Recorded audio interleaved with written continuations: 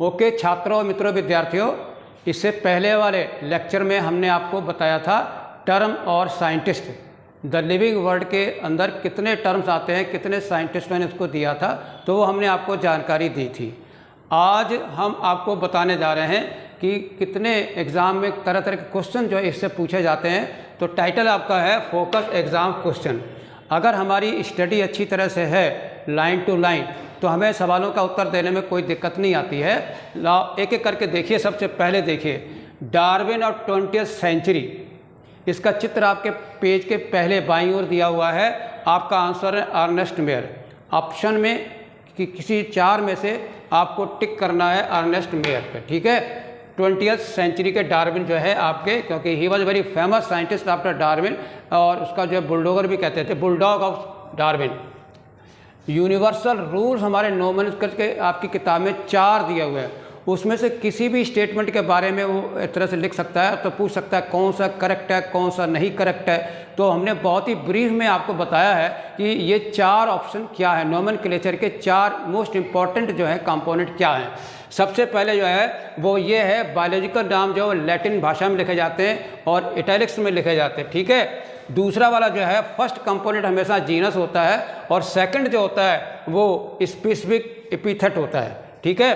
तीसरी बात जो होती है, अगर आप नाम हाथ से लिख रहे हैं तो अलग से उनको अंडरलाइन जीनस को और स्पीसीज को आपको करना होता है। चौथा पॉइंट बहुत इंपॉर्टेंट है, जीनस जब भी स्टार्ट होगा कैपिटल लेटर से स्टार्ट होता है, और स्पेसिफिक एपिथेट जो है वो स्मॉल लेटर से शुरू होता है, ठीक है। इस तरह से जो है नोमेनक्लेचर के जो 4 जो है वो डिटेल में आपकी एनसीईआरटी में दिया है। यहाँ मैंने शॉर्ट में आपको इशारा कर दिया है कि इतने इतने। ये सवाल आपका 2016 में इंपॉर्टेंट नीट में आया था।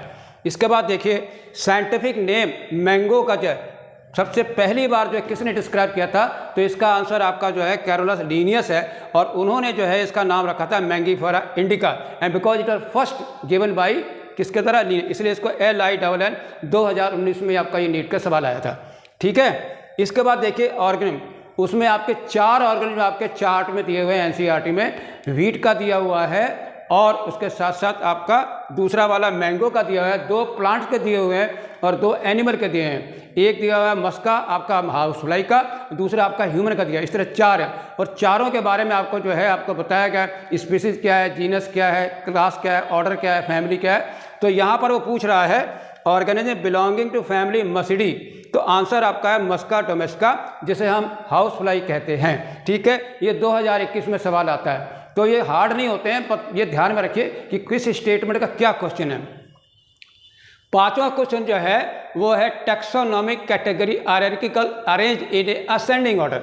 आपकी किताब में पूरा फ्लो चार्ट बना हुआ है असेंडिंग ऑर्डर में, जो कि स्पीसीज से स्टार्ट होता है। तो लोएस्ट जो है आपकी स्पीसीज है, फिर आपका जीनस आता है, और फिर आपका जो है फैमिली आती है, और फिर आपका ऑर्डर आता है, फिर क्लास आती है, फिर फाइलम और डिवीजन आती है, और किंगडम आता है। ध्यान रखिए कि 4 ऑप्शन दिए होते हैं, उसमें सीक्वेंस को जो है इधर उधर रैंडमाइजेशन कर देते हैं, तो कोई सीक्वेंस पता नहीं आपको सही है या नहीं गलत। अगर आपको असेंडिंग ऑर्डर में पता है कि हमारे स्पीसीज जो है सबसे लोएस्ट है, फिर हमारा जीनस आता है, फिर हमारा ऑर्डर आता है, फिर फैमिली आती है, क्लास आती है, और उसके बाद आपका फाइलम और डिवीजन। याद रखिए फाइलम टर्म जो है वो आपका जूलॉजिकल नाम्स के लिए होता है, और डिवीजन टर्म जो है वो आपका बॉटनी में यूज़ किया जाता है।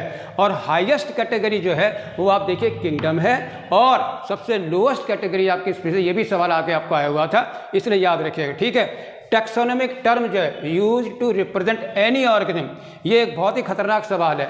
लेफ्ट साइड में देखा होगा कि हायरार्किकल जो अरेंजमेंट होता है टैक्सोनॉमिकल कैटेगरी का, तो वो हमारा स्पीसीज से शुरू होता है, स्पीसीज, और उसके बाद फिर जीनस, फिर आपका जो है आपका फैमिली, फिर ऑर्डर।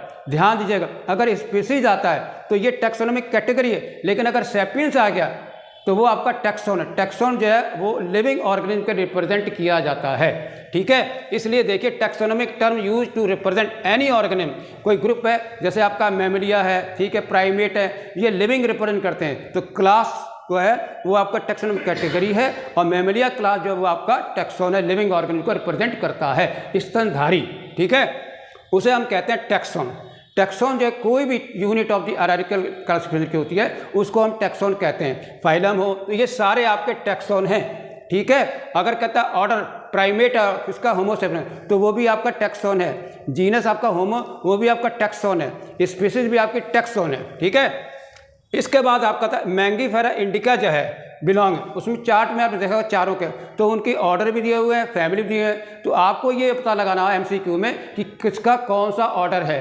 तो यहाँ पर आप साफ देखिए कि मैंगीफेरा इंडिका जो है बिलोंग्स टू ऑर्डर सेपेंटेल होते हैं, ठीक है। इसके बाद देखिए टैक्सोनॉमी कैटेगरी जनरली एंड्स, यह भी देखिए सफिक्स देखिए, किसी का एल से है, किसी का एसी है। तो आपको पूछा जा रहा है कि टैक्सोनॉमी कैटेगरी जो है जनरली एंड होती है ओएल में, तो याद रखिए किसका ये ऑर्डर का है, किसके लिए आता है, ओएल में, ठीक है।